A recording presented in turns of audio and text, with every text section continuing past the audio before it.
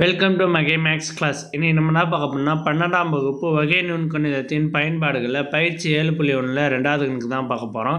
இதுக்கு முன்னாடி ஃபஸ்ட் கணக்கு வீடியோ போட்டிருக்கோம். அதோட லிங்க் டிஸ்கிரிப்ஷனில் இருக்குது. பார்க்காதவங்க போய் பார்த்துட்டு வாங்க. இப்போ கணக்கு பார்க்கலாம். 400 அடி மலை உச்சி முகட்டிலிருந்து தவறுதலாக ஒரு புகைப்பட கருவி விழுகிறது.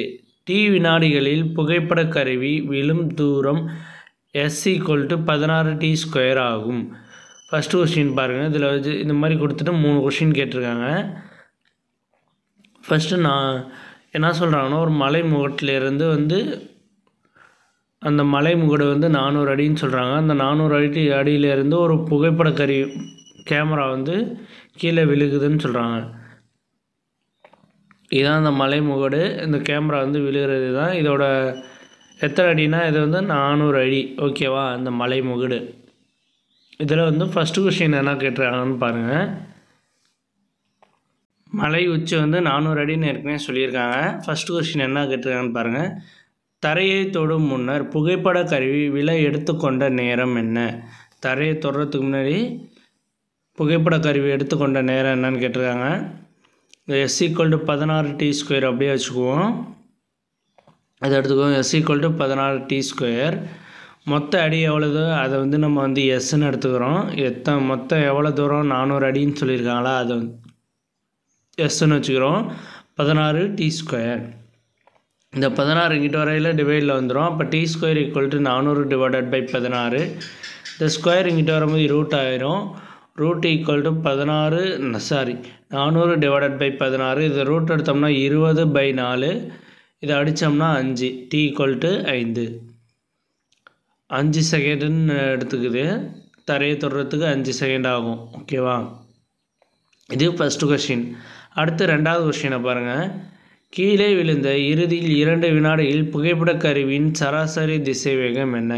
கீழே விழுகிறதுக்கு முன்னாடி அதோட சராசரி திசைவேகம் 2 வினாடிகளில் எவ்வளோ தூரம் இருக்கும் அப்படின்னு கேட்டிருக்காங்க.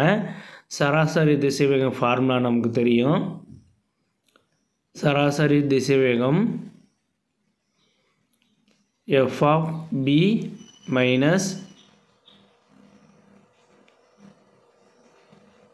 f(b) - f(a) divided by b minus a.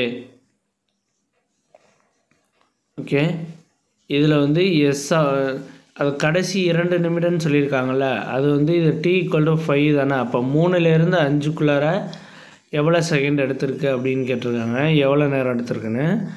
இப்போ s(6) s(5a) minus s(3) okay, divided by 5 - 3. இந்த s(5) இருக்குது பார்த்தீங்களா, நம்ம s(16t²) இருக்கு பாருங்களா. இந்த t²க்கு பதிலாக இந்த 5, ஓகேவா, அதை எடுத்து போடணும். 16 5 whole square minus 16 3 whole square divided by 5 - 3 2. 16 காமனாக இருக்கும். 5 ஸ்கொயர் பண்ணால் 25, 3 ஸ்கொயர் பண்ணாமல் 9 டிவைடட் பை 2 ஈக்குவல் டு 16 2ஆல் அடித்தோம்னா 8 2 16. 8 இன்ட்டு இந்த 25யும் மைனஸ் 9யும் நம்ம கழித்தோம்னா 16 கிடைக்கும். அப்போ 8 × 16 8 × 16 8 × 16. இதை மல்டிபிள் பண்ணோம்னா நமக்கு 128 கிடைக்கும். 128. ஓகேவா? அதோட சராசரி திசைவேகம் எவ்வளவு இருக்கும்னா 128. அடுத்தது பாருங்கள், மூணாவது கணக்கு. தரையை தொடும்போது புகைப்பட கருவியின் கனப்பொழுது திசைவேகம் காண்க. இதோட திசைவேகம் என்னன்னு கேட்குறாங்க. கனப்பொழுது திசைவேகம்னா v கண்டுபிடிக்கணும். ஃபஸ்ட்டு s எவ்வளோ கொடுத்துருக்காங்க? s = 16t² கொடுத்துருக்காங்களா. இதை நம்ம டீயை பொறுத்து டிஃப்ரென்ஷியல் பண்ணணும். v = ds/dt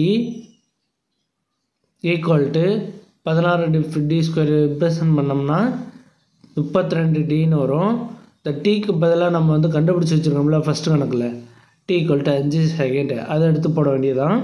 t = 5 second. இப்போ v = 32 × 5. இதை மல்டிபிள் பண்ணோம்னா 160. v = 160. இதோட கனப்படுத்த திசைவேகம் 160. அவ்வளோதான் இந்த கணக்கு. இந்த வீடியோ பிடிச்சிருந்தா லைக் பண்ணுங்கள், சப்ஸ்கிரைப் பண்ணுங்கள், அந்த பெல் பட்டனையும் கிளிக் பண்ணுங்கள், அப்புறம் ஷேர் பண்ணுங்கள்.